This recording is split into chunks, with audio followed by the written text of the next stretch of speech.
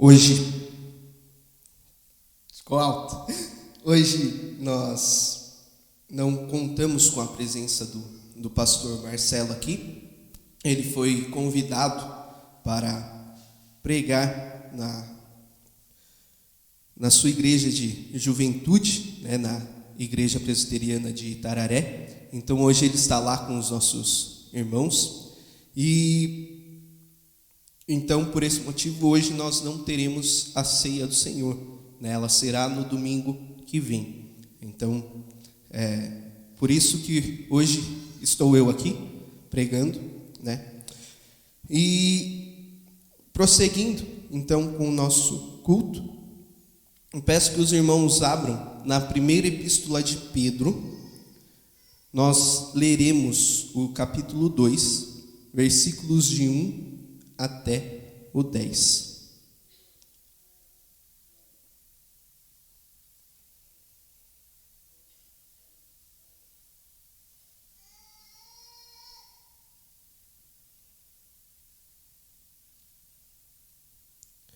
Primeira de Pedro 2, versículos 1 a 10.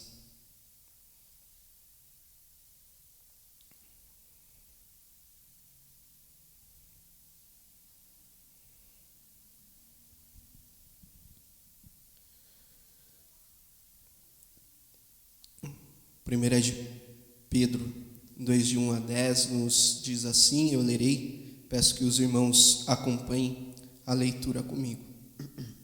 Despojando-vos, portanto, de toda maldade e dolo, de hipocrisias e invejas e de toda sorte de maledicências, desejai ardentemente, como crianças recém-nascidas, o genuíno leite espiritual, para que por ele vos seja dado crescimento para a salvação, se é que já tendes a experiência de que o Senhor é bondoso. Chegando-vos para ele, a pedra que vive, rejeitada sim pelos homens, mas para com Deus, eleita e preciosa. Também vós mesmos, como pedras que vivem, sois edificados casa espiritual para serdes sacerdócio santo, a fim de oferecerdes sacrifícios espirituais agradáveis a Deus, por intermédio de Jesus Cristo. Pois isso está na Escritura: eis que ponho em Sião uma pedra angular, eleita e preciosa, e quem nela crer não será de modo algum envergonhado. Para vós outros, portanto, os que credes, é a preciosidade, mas para os descrentes, a pedra que os construtores rejeitaram, essa veio a ser a principal pedra angular, e pedra de tropeço e rocha de ofensa. São estes os que tropeçam na palavra, sendo desobedientes para o que também foram postos. Vós, porém, sois raça eleita, sacerdócio real, nação santa, povo de propriedade exclusiva de Deus, a fim de proclamardes as virtudes daquele que vos chamou das trevas para a sua maravilhosa luz. Vós sim, que antes não erais povo, mas agora sois povo de Deus, que não tinhais alcançado misericórdia, mas agora alcançastes misericórdia. Oremos. Pai eterno, que o Senhor seja agora com a exposição da Tua palavra, que o Senhor atente nossos ouvidos, nossas mentes, nossos corações, ó Pai, para a exposição da Tua palavra. Que possamos, ó Deus, como igreja, aprender mais sobre Ti. Que possamos, ó Deus, não somente deixar esses ensinamentos nas nossas mentes, mas que possamos, ó Deus, colocá-lo em prática. Que possamos, ó Pai, ter a nossa vida mudada, ter a nossa vida transformada pela Tua palavra. Usa-me, ó Deus, como instrumento Teu. Em nome e por amor de Cristo Jesus que oramos. Amém.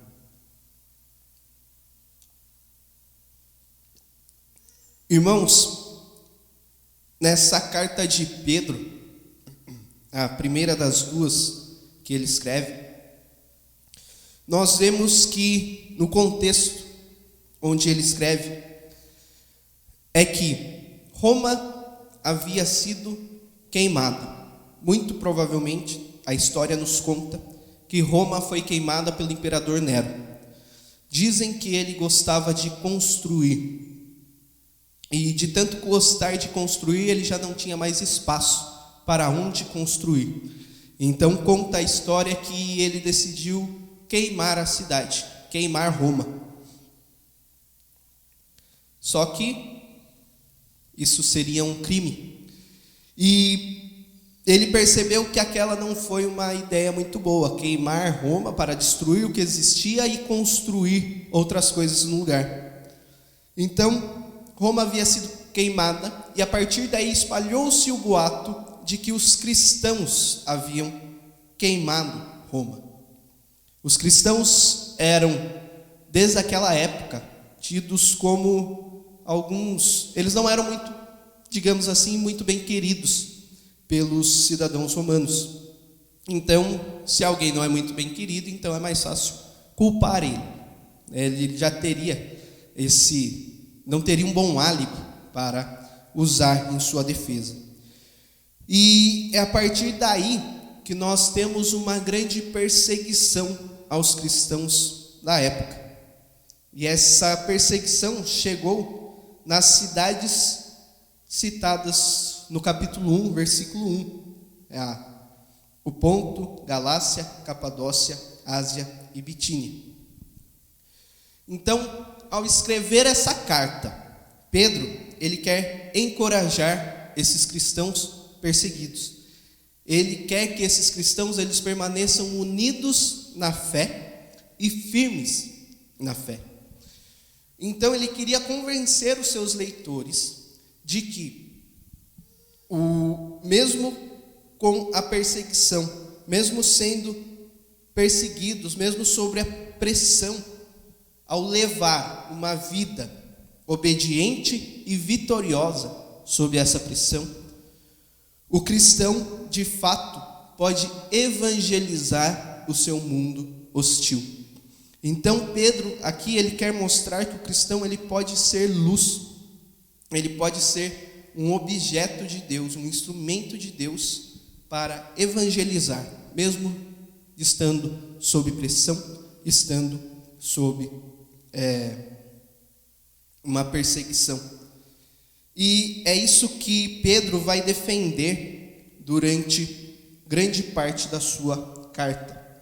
Ele vem mostrar, principalmente nesses primeiros versículos, que ele começa fazendo uma ação de graças a Deus, dando ações de graças a Deus pela salvação, e chamando o povo para exultar mesmo nas provações. Nós vemos isso no versículo 6. E ele diz isso, ele faz isso, agradece a Deus e chama o povo para louvar, mesmo sob a perseguição, para o louvor, glória e honra de Jesus, como ele diz no versículo 7. E a partir daí, nos versículos 13 a 16, nós vemos Pedro chamando para uma vida de obediência, uma vida de santidade, que o cristão renovado, ele tem que deixar a vida dele anterior e passar a viver uma vida de obediência, uma vida de santidade. E a partir disso, nos versículos 17 a 21, ele fala sobre o sacerdócio de Cristo, sobre a obra de Cristo. Então ele fala sobre o que Cristo fez e traz a salvação como motivo de esperança para o cristão viver nesse mundo. Então, se eles estavam sendo perseguidos, se eles estavam sofrendo, eles precisavam de um motivo de esperança. E o motivo da esperança do cristão é a salvação. Nós já vimos isso no Salmo, quando nós lemos o Salmo 46. Então ele termina esse capítulo 1 chamando os cristãos a obedecer à verdade, como salvos, como regenerados em Cristo. Nós devemos obedecer à verdade, viver de maneira que glorifica a Deus e amar uns aos outros de coração. Uma igreja que está sendo perseguida, ela precisa de apoio. Ela precisa de apoio uns aos outros. Ela precisa que uns aos outros ajudem a suportar os fardos. E então nós entramos no nosso capítulo 2. E o tema que eu gostaria de tratar com os irmãos aqui, relembrando, aproveitando que nós estamos no mês da Reforma Protestante, um dos pontos, um dos pilares da Reforma Protestante foi o sacerdócio universal dos fiéis. É a ideia de que qualquer cristão pode se achegar a Deus por meio de Cristo, única e exclusivamente de Cristo. Que falar com Deus não é o privilégio de uma determinada classe de pessoas, mas sim de todo e qualquer cristão. E nós não vemos no Novo Testamento a existência do ofício sacerdotal na igreja.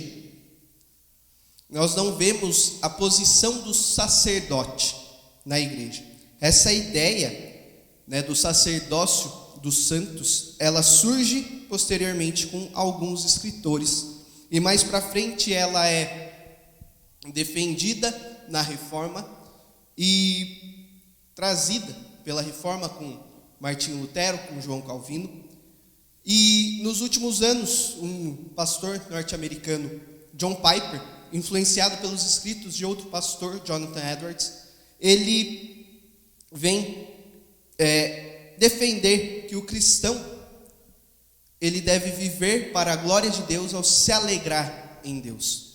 Ele se utiliza da primeira pergunta do Catecismo Maior de Westminster para dizer que a pergunta é: qual é o fim principal do homem? E a resposta é: o fim principal do homem é glorificar a Deus e gozá-lo para sempre. John Piper então entende que nós podemos usar esse texto um pouquinho diferente, substituindo o e pelo ao. Glorificar a Deus ao gozá-lo para sempre. Então o motivo de vida do cristão é glorificar a Deus e se alegrar nele para sempre. A nossa alegria, o motivo da nossa salvação, como Pedro diz, é a esperança para o cristão viver nesse mundo, é a nossa salvação. E a nossa vida ela deve ser voltada para viver de acordo com essa salvação. E é com base nisso que eu trago que nós somos sacerdotes que proclamam a Deus. Não no sentido do Antigo Testamento, onde haviam sacrifícios de animais, onde o sacerdote era uma pessoa que fazia parte dos levitas,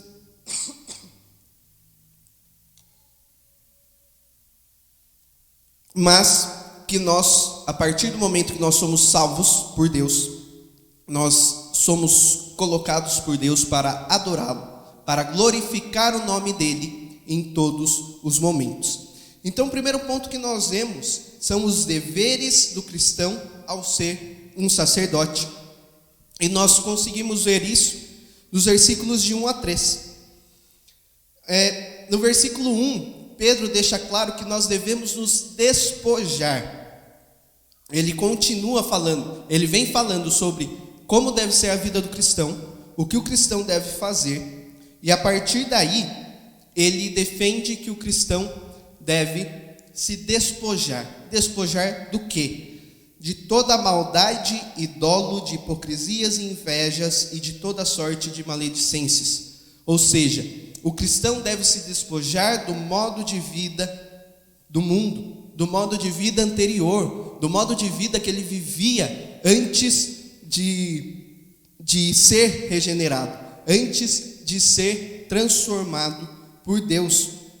Então o cristão é chamado a viver de maneira diferente no mundo. Então ele deve viver de maneira diferente do mundo. Logo, as ações dos ímpios, o modo de viver dos ímpios deve ser despojado. Ou seja, o que significaria despojar? Privar-se da posse. Ou seja, você pode ter a posse, mas você se despoja dela, você se livra dela, você sai dela.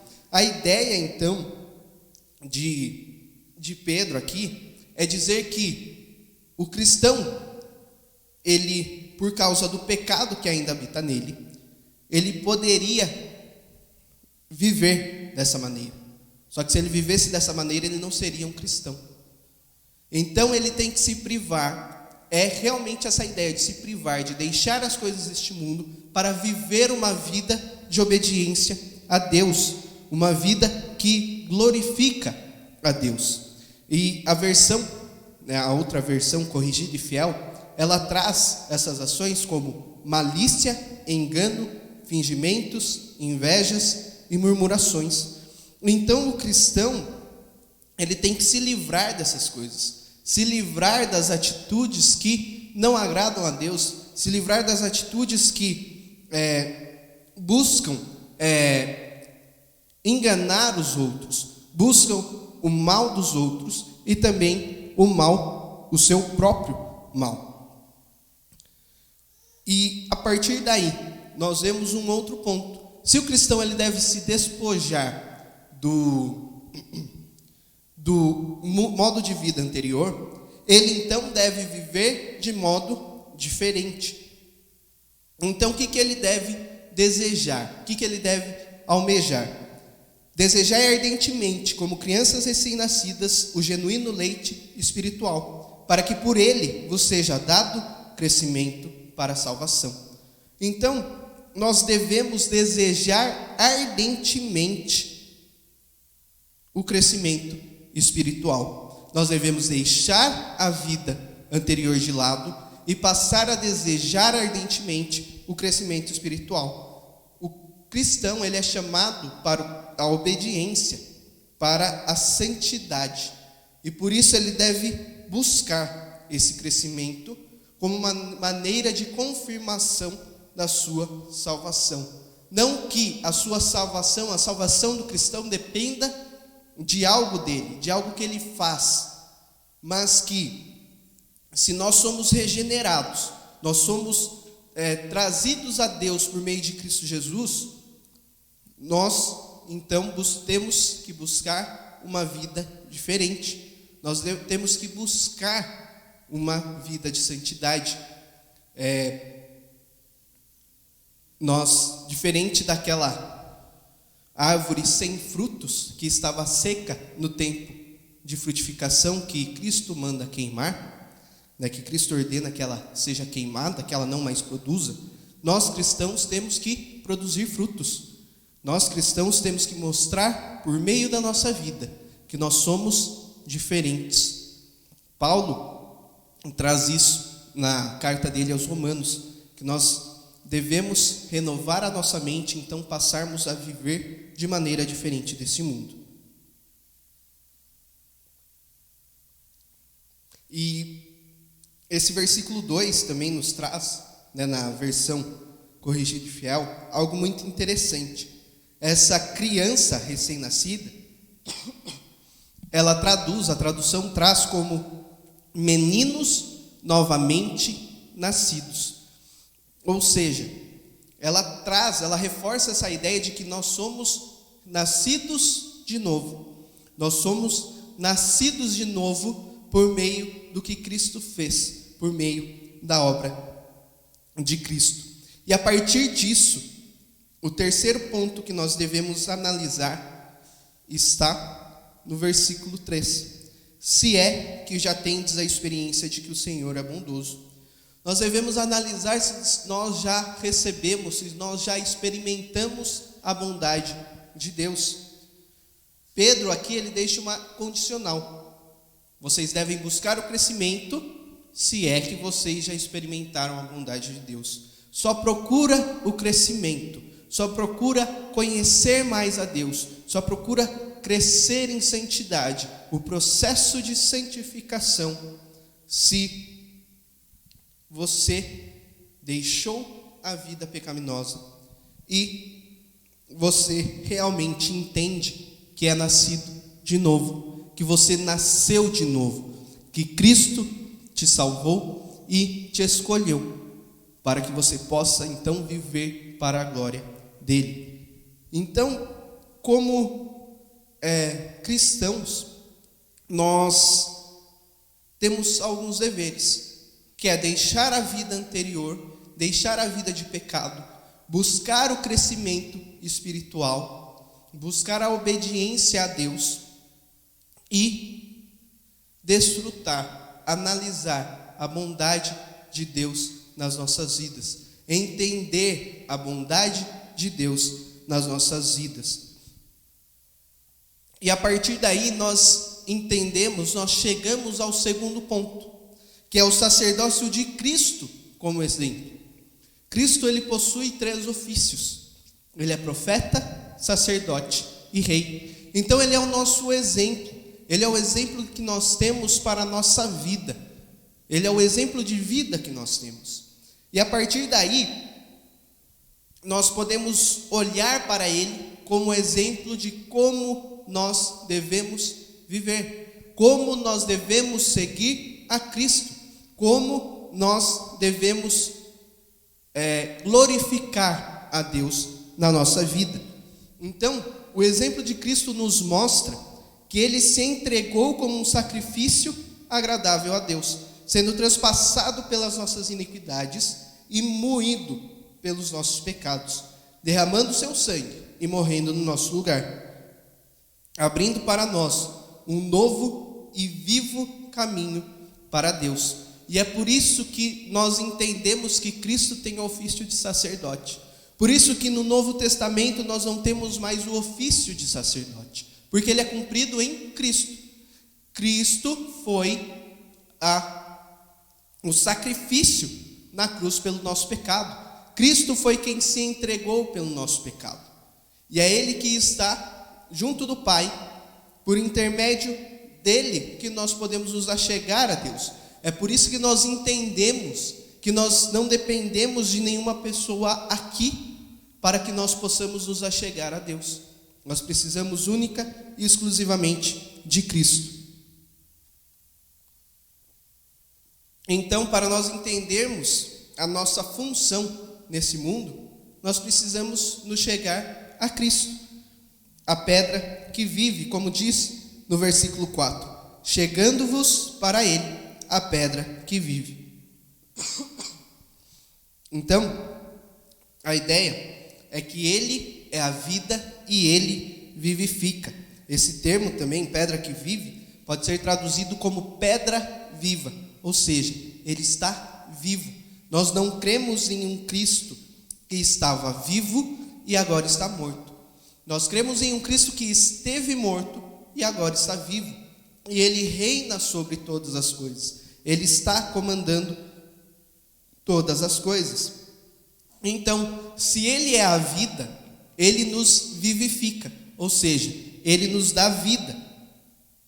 E é nele que nós somos salvos, e nele que nós crescemos espiritualmente, sendo ele a pedra que sustenta todas as outras do edifício.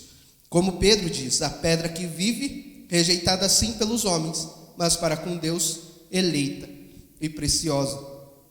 Então, a ideia de Pedro aqui é que nós devemos nos chegar a Deus, porque ele nos dá vida, ele nos vivifica, e nele nós somos salvos. É por causa da obra dele que nós somos salvos, pelo que ele fez que nós somos salvos. Então ele é o nosso exemplo, e ele sustenta todas as outras pedras. Ele vai mostrar isso, dizendo que Cristo é a pedra angular, ou seja, é aquela pedra de esquina, ou a pedra que sustenta, que dá sustentação a todas as outras, onde o peso de todas as outras vai, e ela é quem sustenta. Então é em Cristo que nós crescemos. E esse nos chegar até Cristo, não é chegar até Cristo apenas uma vez, mas é uma ida constante. Ela é além da ida com arrependimento e fé, que é resultado da nossa conversão. Ela é nos aproximar de Cristo continuamente, e com intenção. É uma ida intencional a Cristo, com o objetivo de crescermos espiritualmente em comunhão com Ele. Então, todo o poder para uma vida nova, para nos despojar do pecado da vida anterior e crescermos espiritualmente, vem de Cristo, sendo Cristo o eleito de Deus. E sendo Cristo o eleito de Deus, nós somos eleitos nele. Nós somos eleitos em Cristo. Cristo é a pedra eleita e preciosa para com Deus. E nós somos eleitos em Cristo, sendo assim redimidos do nosso pecado e feitos também sacerdotes para Deus. Por quê? Porque o nosso viver diário deve ser uma oferta a Deus.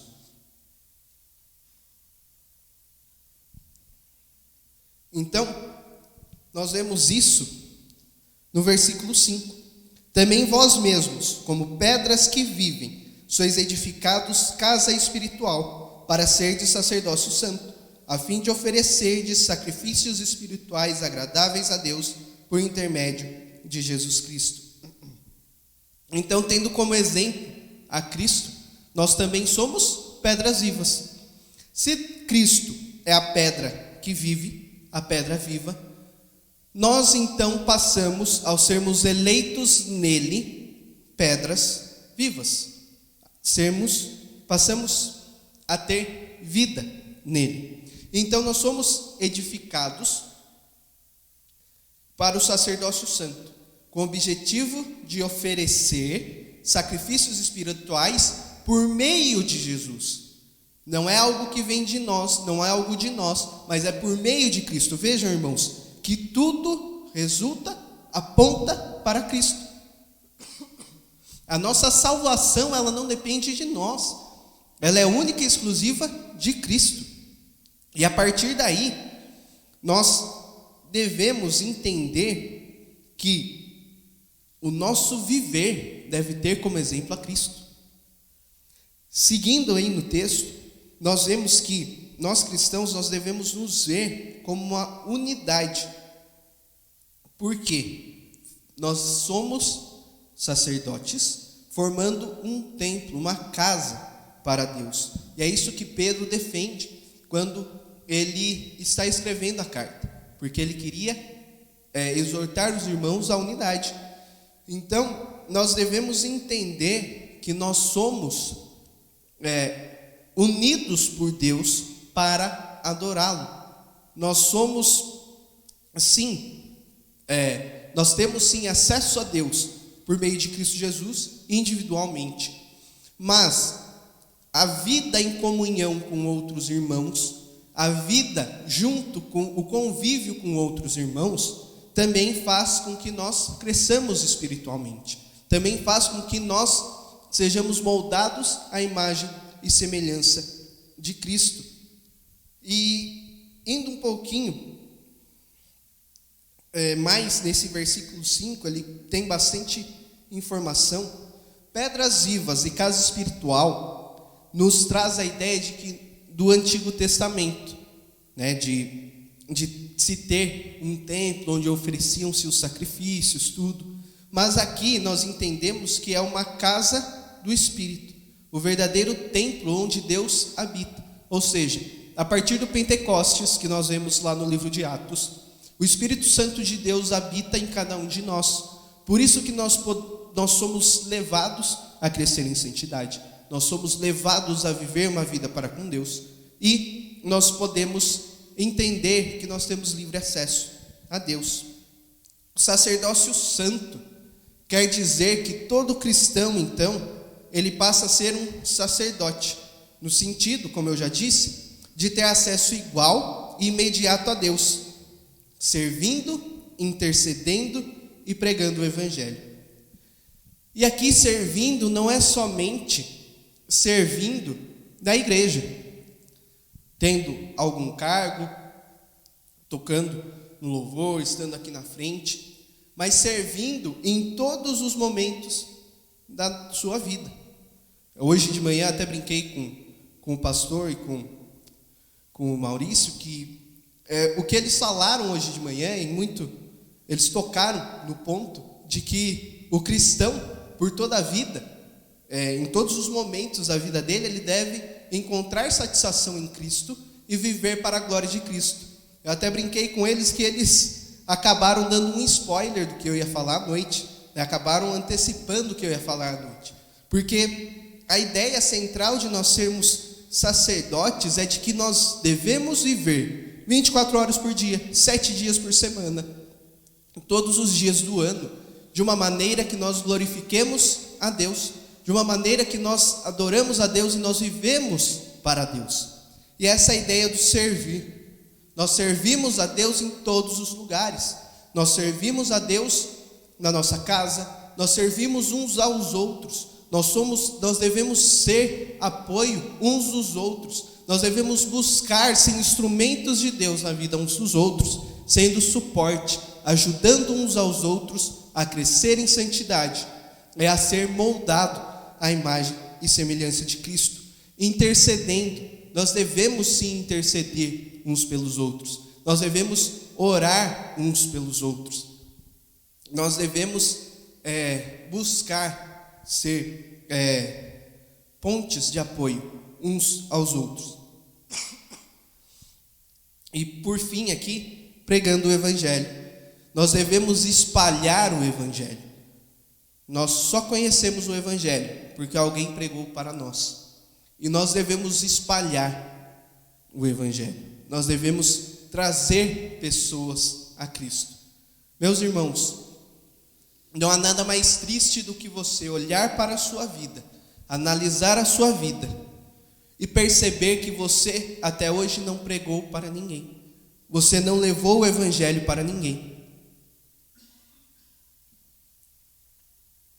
E você pode ter até vergonha, você pode até pensar no que vão pensar de você, no que vão falar de você. Porém, o que mais importa nesse mundo é a vida com Deus, é levar pessoas para Deus. Todo esse culto, toda a liturgia, eu baseei mostrando que se nós temos a Deus como nosso refúgio, nós temos tudo aquilo que nós precisamos. Nós temos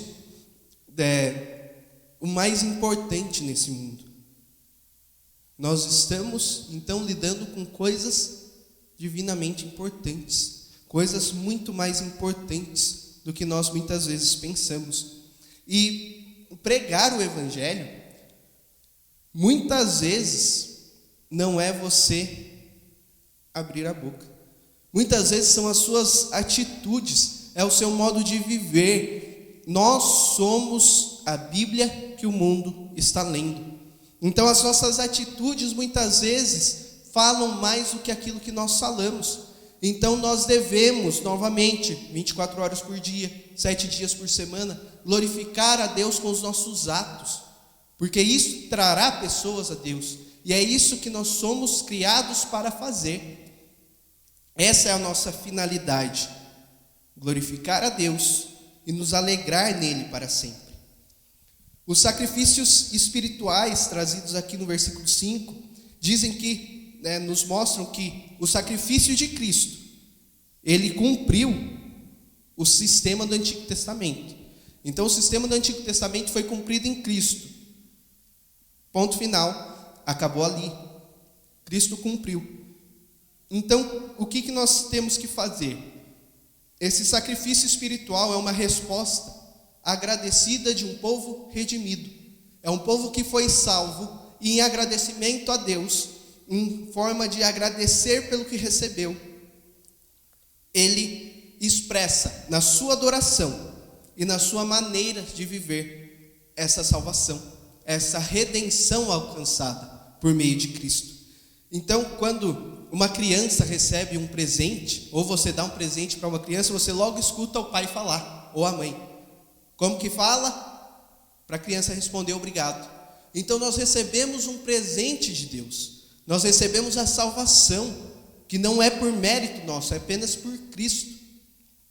Então a nossa forma de responder obrigado é uma vida é a maneira de viver, adorando a Deus, glorificando a Deus. E por meio de Cristo, nós somos aceitos em Cristo. E tudo que nós fazemos precisa ser no nome dele, precisa ser para a glória dele e por intermédio a ele. O nosso culto só é um culto agradável a Deus quando ele é relacionado com Cristo e mediado por Cristo. E o culto racional, como o pastor disse hoje de manhã, não é apenas nesse momento que nós estamos aqui, é em todos os momentos da nossa vida. Então a ideia é que tudo que nós fazemos, tudo que nós pensamos, deve apontar para Cristo, deve estar em Cristo, deve refletir a Cristo, relacionar a Cristo. Então, como que então nós respiramos, nós andamos, nós trabalhamos, nós conversamos, nós cultuamos, relacionando a nossa vida a Cristo? E é isso que nos leva uma vida obediente. E a partir daí, Pedro vai mostrar um contraste do resultado da obra de Cristo entre os cristãos e os não cristãos. Então ele diz que ele usa isso com base nos textos da Escritura.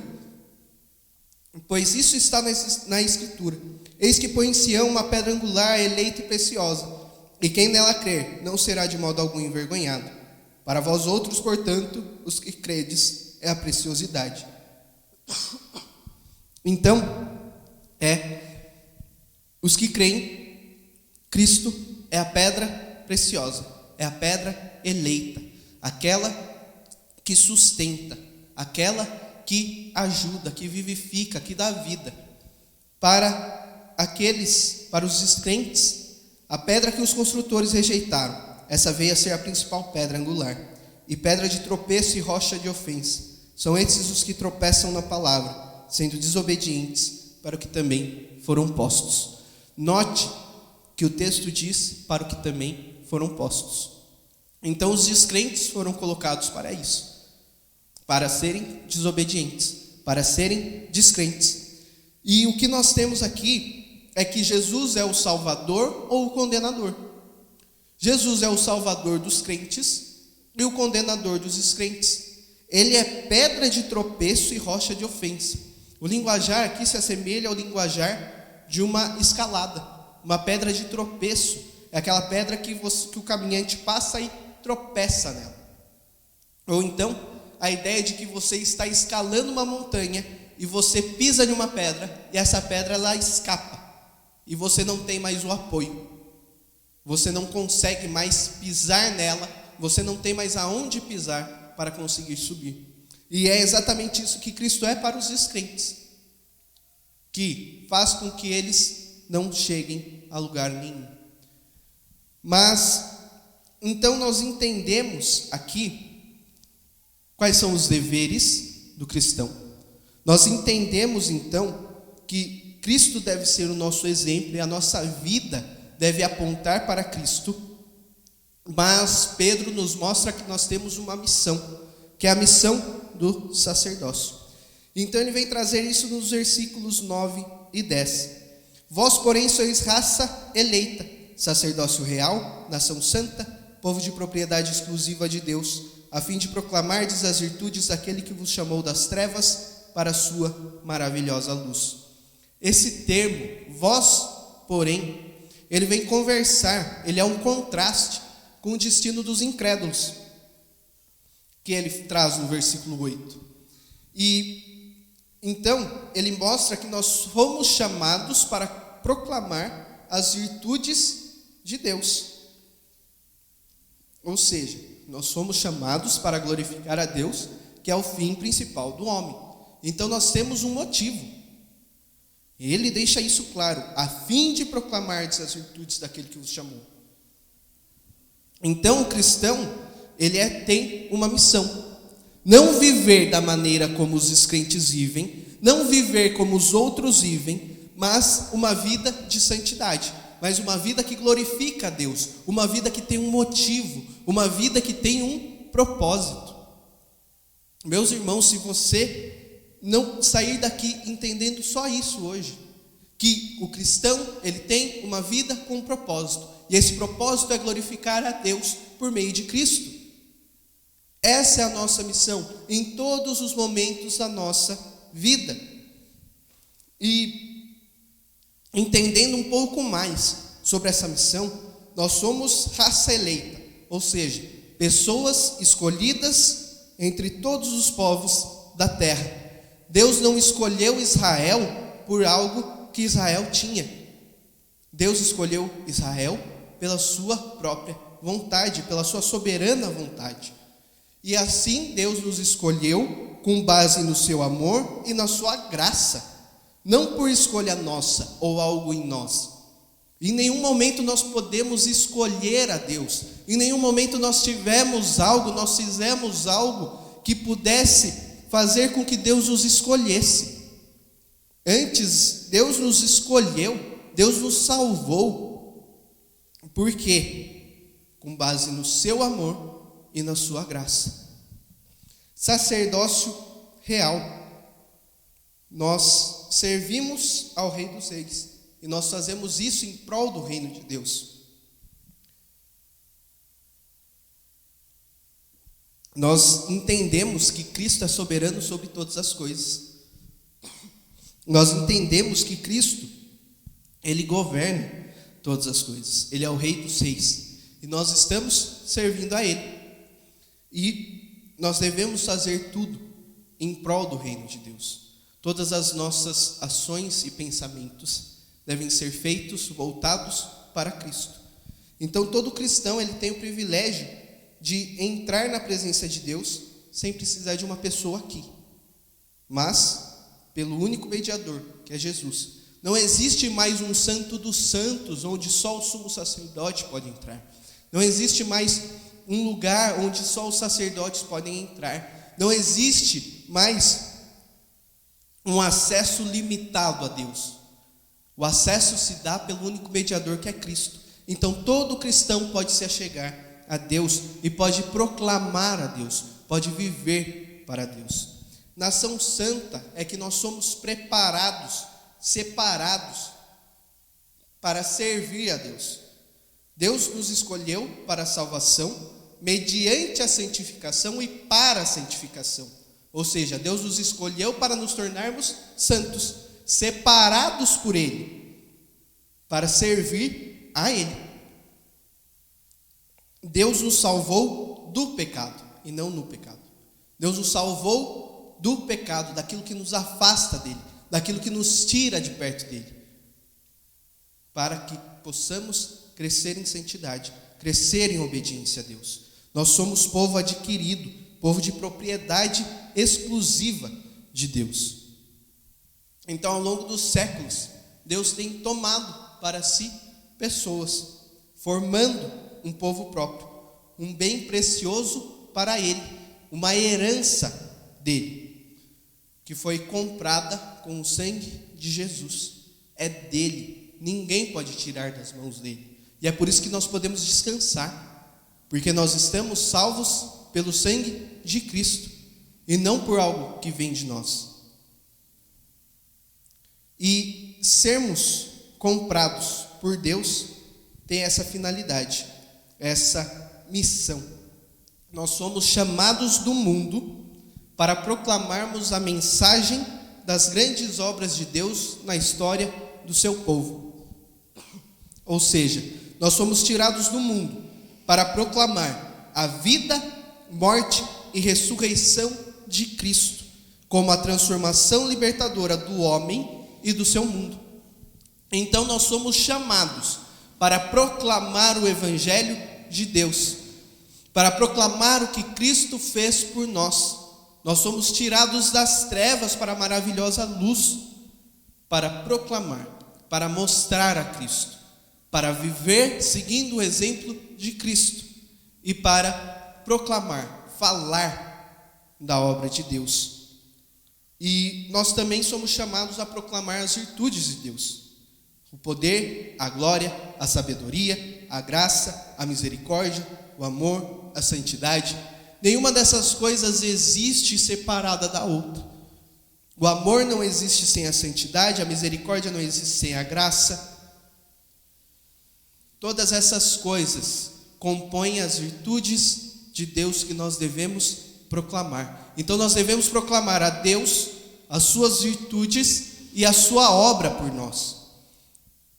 E por quê? Porque nós temos uma motivação para proclamar, que é que antes nós não éramos povo, mas agora nós somos povo. Nós não tínhamos alcançado a misericórdia, mas nós alcançamos a misericórdia. Ou seja, é a resposta de um povo agradecido pela redenção. Proclamar a Deus, falar de Deus, deve ser a motivação para proclamar a salvação, que é o que Deus fez por nós. Essa deve ser uma forte motivação para nós cumprirmos essa missão. E essa missão não somente é cumprida com a pregação do Evangelho, mas com o nosso estilo de vida. Com o estilo de vida, uma forma de viver que aponta para Cristo. Então, concluindo, irmãos, Deus nos tirou do pecado. E em Cristo nós devemos buscar crescer espiritualmente. Cristo é o nosso exemplo de vida. A sua obra nos conduz a Deus, e a nossa vida deve nos conduzir a Deus e conduzir outros a Deus também. E a nossa missão como eleitos é proclamarmos a grande obra de Deus na história do seu povo e as suas virtudes. E como esse texto se aplica à nossa vida? A partir daqui, tudo que nós ouvimos, como nós podemos colocar em prática? Como nós podemos sair daqui e já colocar em prática, já transformar a nossa vida? Nós constantemente somos expostos a um sistema de mundo. Quando Cristo diz na oração do Pai Nosso, livra-nos do mal, não é que Ele pede que nós sejamos libertos de coisas ruins, de doenças, de acidentes, mas de todo um sistema que é regido por Satanás e seus demônios, que busca atacar a fé cristã, busca atacar a Deus e a sua igreja. Então, todos esses esforços, eles vêm para desacreditar a igreja e destruir a sua credibilidade e integridade, né? Então, o que nós temos aqui é que uma maneira que Satanás encontra para atacar a igreja é pegar um cristão que não tem a sua vida coerente com o Evangelho, que não tem a sua vida coerente com aquilo com o exemplo de Cristo, expor esse cristão, exibir ele diante dos incrédulos e falando que a igreja é uma farsa, mostrando que a igreja é uma mentira. Então nós cristãos, nós devemos permanecer firmes contra o inimigo, silenciar os críticos por meio da autoridade de uma vida santa. Ou seja, nós cristãos devemos buscar viver uma vida coerente com o Evangelho, seja aqui, seja no nosso trabalho, ou escola, ou faculdade, seja no meio dos nossos amigos, seja na nossa família. Nós não somos pessoas diferentes, nós somos a mesma pessoa frequentando lugares diferentes. Em todos esses lugares, Cristo deve ser expresso em nós, Cristo deve ser apresentado e proclamado por nós. Nós temos um ponto que é a adoração. Nós devemos oferecer a Deus o nosso corpo como sacrifício vivo, santo e agradável, e também o louvor dos nossos lábios. Ou seja, em todos os momentos da nossa vida, nós devemos adorar a Deus, nós devemos glorificar a Deus, nós devemos louvar a Deus. Isso não é somente com músicas, com cânticos, mas com as nossas ações, com todo o nosso corpo, nosso interior e nosso exterior.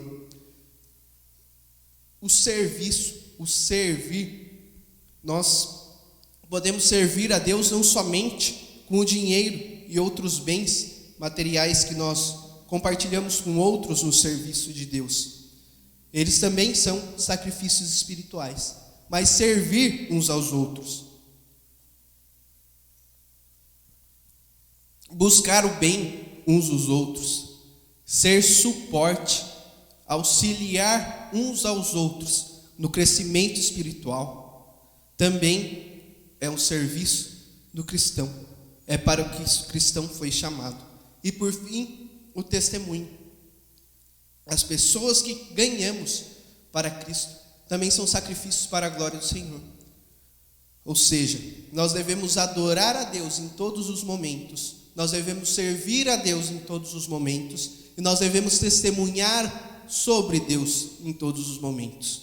As nossas atitudes devem levar pessoas a serem transformadas. O nosso modo de viver deve aproximar as pessoas de Cristo. O nosso modo de viver deve refletir a Cristo. Nós, como cristãos, devemos viver para a glória de Deus. Nós devemos buscar em todos os momentos da nossa vida glorificar a Deus. Não é uma tarefa fácil, exige uma disposição diária, exige uma intenção em todos os seus atos. E isso, para seres humanos que muitas vezes vivem no automático, como nós somos, porque o nosso corpo busca deixar todas as coisas automáticas para economizar energia, isso cansa mais. Mas é para isso que nós somos chamados. Esse é o fim do homem, é o objetivo para o qual o homem foi criado, glorificar a Deus. Então que nós possamos, irmãos, buscar uma vida que glorifique a Deus. Eu convido os nossos irmãos do grupo de louvor para